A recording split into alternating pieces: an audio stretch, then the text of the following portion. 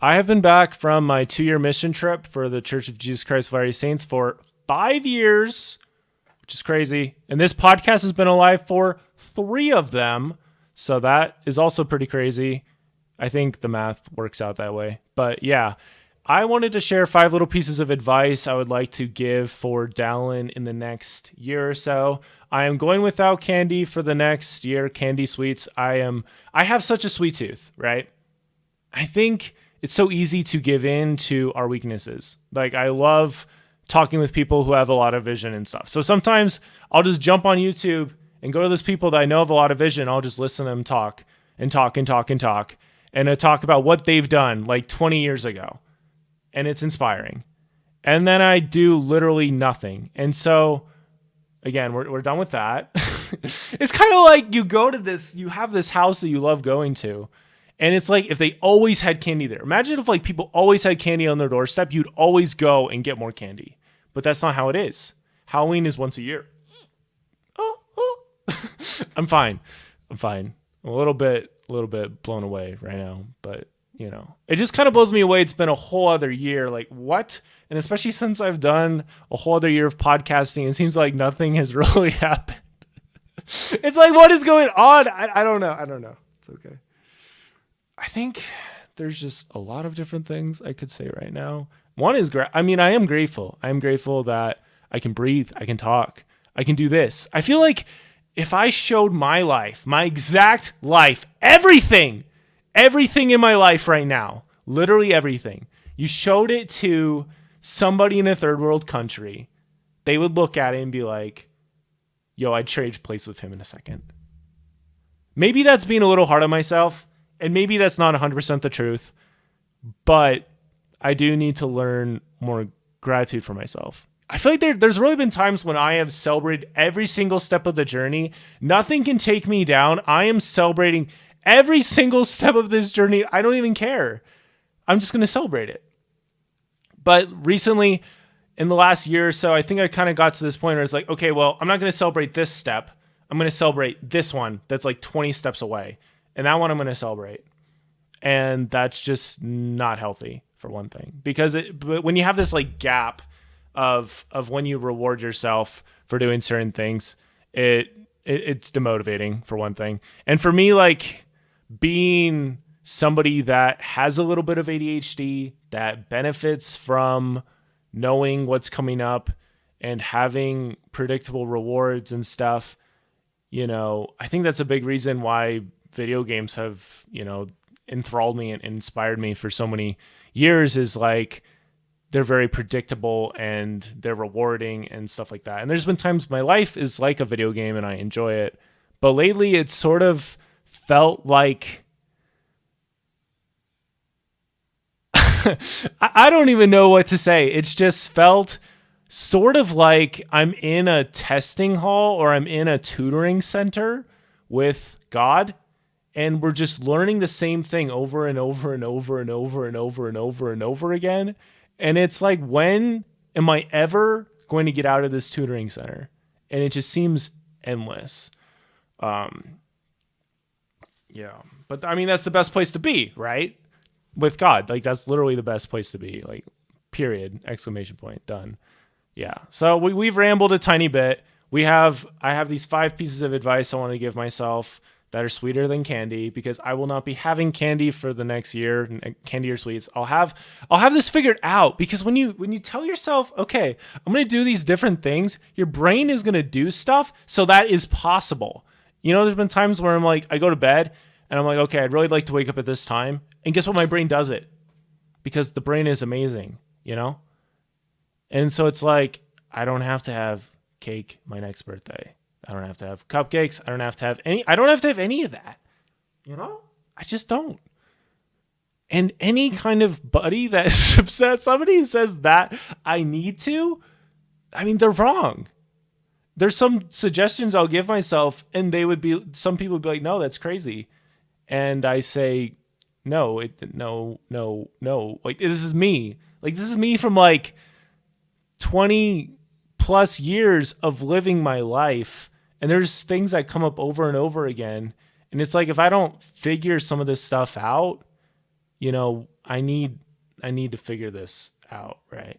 So whenever I want candy or I want sweets or some other instant gratification garbage, because we've all fallen for it, I'm going to give myself one of these 5 pieces of advice. There, your system is your lifeline. Stop putting on the hat of worry. Right. Wear flip-flops more and play more basketball. We're going to go through each one. I know this has been a really long intro, but that's where we're at. I'm sorry. So 1, your system is your lifeline. Lately I've been playing a lot of tower defense games, and, it's inspiring and interesting because, different waves are at different difficulties. And the same thing goes with life too. As you gain more responsibility, sometimes things will get more difficult.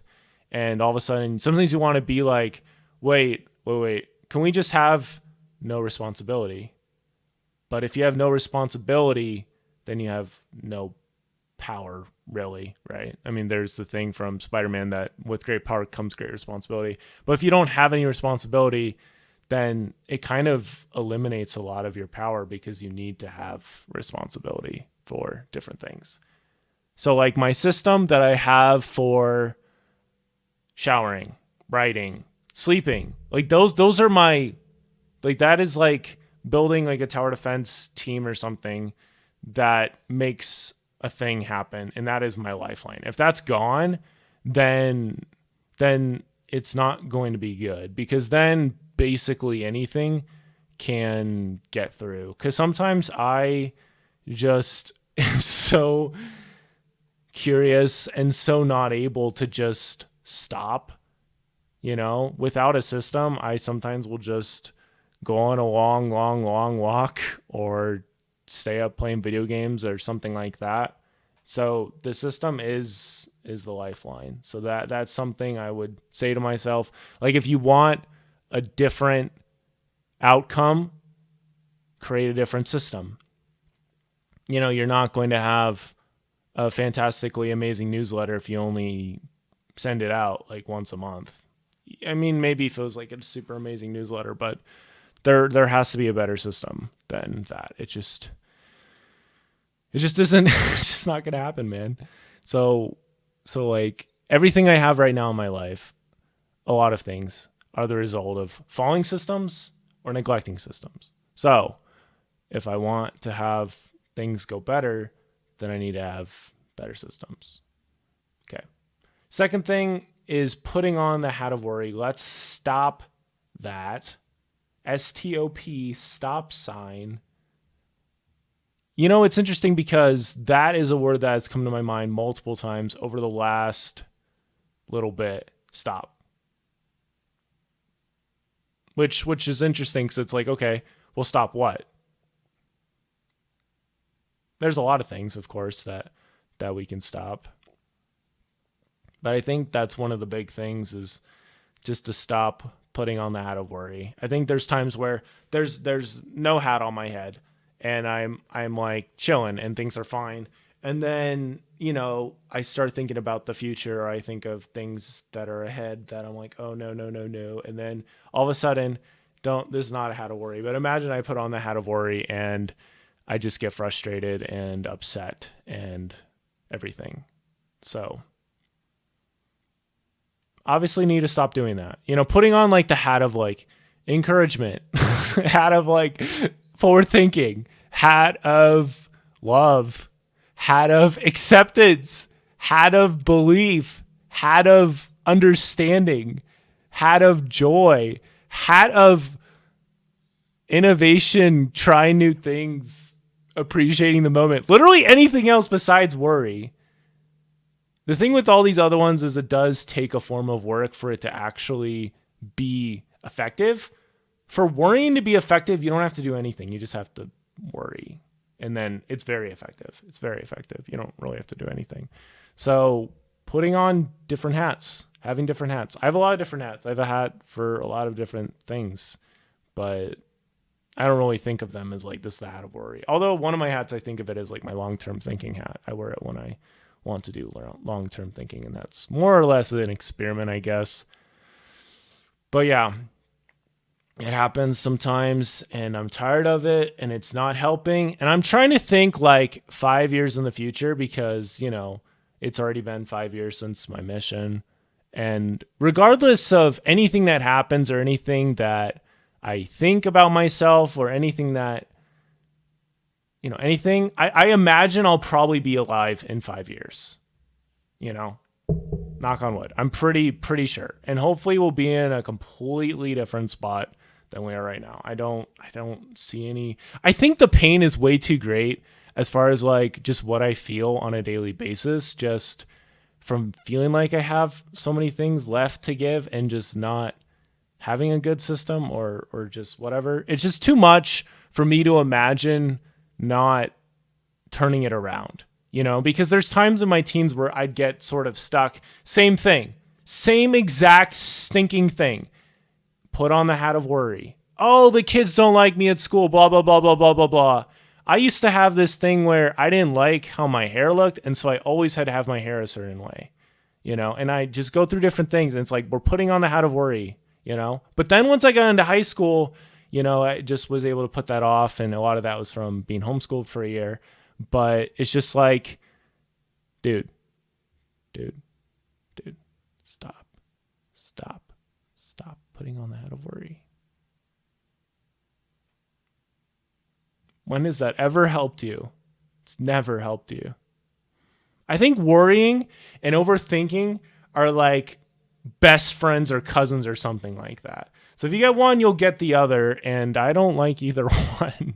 I like the super smooth, chill thinking that comes when you're just having a good conversation with somebody that you talk well with, and it's just great, and you're just like, okay, that was smooth like butter, and I see what I can do better in the future. Overthinking is generally done by yourself, and it's not helpful. So, Dallin, stop putting on the hat of worry. Because there's a lot of other better hats out there, and you've worn those before, and certainly has blessed you. Number 3, right. I know for certain that I've not touched like my full potential with writing. I think it's so easy to get into a system that is very comfortable. I write a couple times here and there, and I write every day still, but it's like, well, what am I writing? And what kind of impact is that having? Am I writing like TED Talks? No, and then that's okay, obviously. But I look at like times I wrote the most, at least over the last 5 years, the times I wrote the most were the times I felt most in control of my life, usually. Right now, even though I have all this free time, writing is not something I do all the time. It sort of is something that I do when I'm stressed. And obviously it helps relieve stress. But it needs to become something that I do because I'm a writer and because that's what I do. I feel good when I tell others I'm a writer. I just do. And so it's like, well, since it's something that benefits me, then I need to keep doing it. I do a lot of writing. I've done plenty of writing, but I need to do more of it. And I need to use it strategically, because there's people that would like to write as well as me. We're all so easily able to just be like, okay, this is my worst attribute ever. And this is this person who is like so good at that. And we'll just compare ourselves to them all day long. It's like our worst to their best. And it's so unfair. So unfair. It's not fair at all. Because we have so many other good things going for us, but sometimes we just forget. So when you're feeling frustrated, write. Like I've written songs this year. I've written a ton of poetry this year. I want to write more, and do more, like have my writing really, really show and be like my own, like a fruit of like growing and moving and stuff like that, have cool things to write about. It's like that quote from Ben Franklin: if you're not to be forgotten as soon as you're dead, either do something worth writing or write something worth doing. I think that's what it is, right? Do something worth writing or write something worth doing. I think that's what it was. Yeah, I'm pretty sure. I can. No, I'm not gonna. Well, we can pause real quick and double check. Okay, yeah. It was actually, if you're not to be forgotten as soon as you're dead, either do things worth writing or write things worth reading. That makes a lot more sense. It makes a lot more sense. So yeah, Dallin, please write more. Please write more. I think of like this one day at BYU Idaho where I wrote so much and I felt so much better. It was bliss. It was so cold outside and everybody was walking around doing their thing. And I was just writing. It was so nice. And I'm like, okay, in the next year, I would love to be making a full-time income as a writer. That'd be so dope. And the only way that's going to happen is if we write more and get better at it. And we dive deep in strategy. We just go so deep and just don't escape that beautiful, beautiful place of writing. Just keep going there. Go there a lot. Like, think of it like an amusement park, or think of it like someone's house. Somebody that I'd like to get to know better. Whenever I write, I'm spending time with that person, think of it that way or something like that. But please write more. Number 4 is wearing flip-flops more. This is more of like a psychology kind of hack. I'm wearing flip-flops right now. I find that for me, flip-flops help me to calm down and chill and relax. I visited Florida for the first time. Probably it was back in June. And I loved it. And I wore flip-flops a lot. And I'm like, oh my goodness, yo, why the heck don't I live here? And I'm still asking myself that question. I'm like, yo, like, we need to live there and chill out. It'd be so nice. I feel like I'd love it there because I did already love it there. But for me, flip-flops just kind of remind myself of what kind of lifestyle I want to live, of just not having to worry and being able to just relax on a beach or just by myself. I feel like they make me feel younger too, in a way. And so there's a lot of little reasons. And I think what I'm going to do for the time being is just when I wake up, because this morning, full disclosure, I woke up at 7, had no desire to get out of my bed whatsoever. Even though I wrote down goals, I wrote down weekly goals, I wrote it all down. I had it all down. And guess what I did? I slept in, But tomorrow is November 1st. Going to wake up, get on my flip-flops, and go outside and lay in the grass or something, I'm going to have flip-flops be the routine. just do that. Make that, because I feel like it does. It just helps me just feel, and it just kind of takes me to a better place. I don't know how else better to say that. I think, again, we're just sort of saying stuff, but I feel like in a way, flip-flops is sort of like the entrepreneurial, chill, freelancer lifestyle, whereas tennis shoes is like work 9 to 5, and I don't think there's nothing wrong with that. But I would like to think of myself more as a freelancer instead of this in-between garbage. Can we please stop with that? That's what it's felt like, where it's like I'm neither one. It's not helpful. So I'm going to be wearing the flip-floppies a lot more because, yeah, there's a lot of reasons. But I think it just helps me to have more relaxed, chill feeling, And I mean, we all have things that goes along with this. If we did this one thing more, it just would help. Like meditation obviously helps too.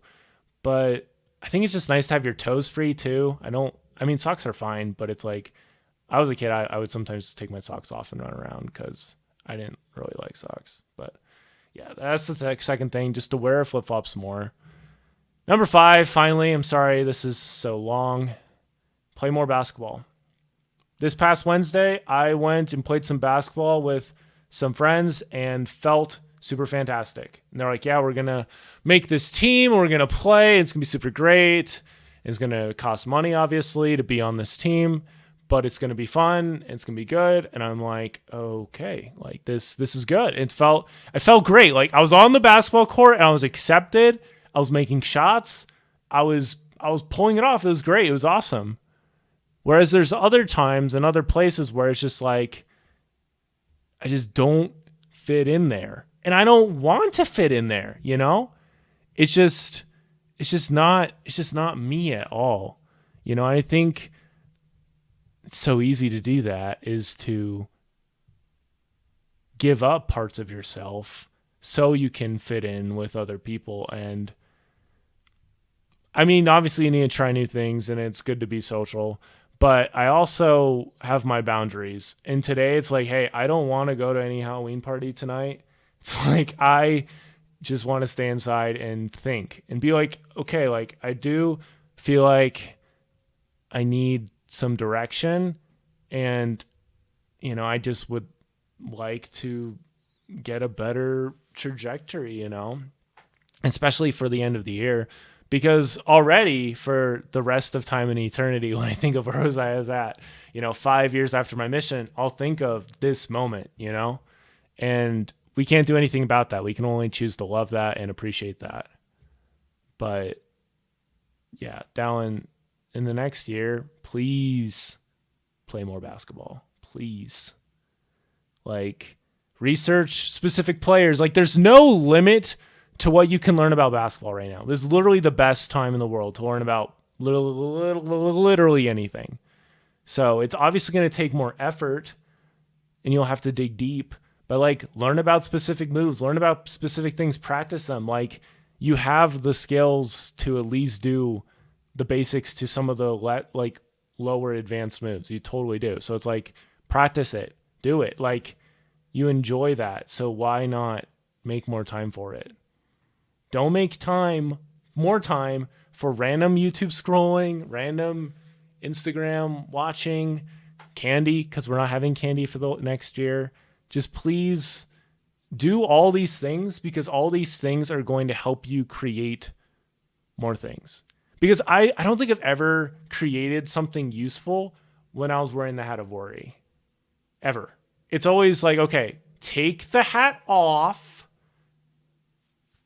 put a different hat on, take a step back, and now we're able to, you know, move forward and be sane again. But yeah, creating creates clarity. And so I love that. I want more of that, you know. But worrying doesn't help with that. And we're kind of going back to old ground. But yeah, please play more basketball. Please and thank you. Love you, man. All right. So those were the 5. Yeah, so those were our 5 little pieces of advice I wanted to give for myself, and I guess for anybody else who's listening. You know, this is kind of just a more for me episode, because I don't really have words for it. This feeling of just not reaching my potential. I mean, we all haven't reached our potential yet, but like, I look back at the last year and it's like, okay, definitely, you know, made some mistakes, learned from a lot of those mistakes, you know, still trying to improve and get better. But I think these things will get me in the right direction for the next little bit. And so if I'm craving any of that stuff, just please go back to this episode, because this is a good part of what you need right now. You know, you've already spent tons of time researching YouTube videos, how to do this and that. You've already done that. Now it's like, okay, you know, please, please just don't. Oh my gosh. It's so tempting. And I want to make a video about like this cycle of feeling enough, because sometimes I don't feel enough. So I'll probably do a cycle or a video or a podcast about that, because I think that would be interesting and be useful. But that's all I got for myself and for you. I hope you all have a happy Halloween. I think Halloween's also about facing your fears and just enjoying, you know, things, enjoying the moment and stuff too. But that's all I have. So going to be doing those 5 things. Remembering my system is my lifeline. So making better systems. Stop putting on the hat of worry. Right. Wear flip-flops more and just playing more basketball. So those are my 5 things and advice for myself for the next year. So yeah, that's what I got. So thank you for listening, and don't forget to heal today, and it'll be a better tomorrow.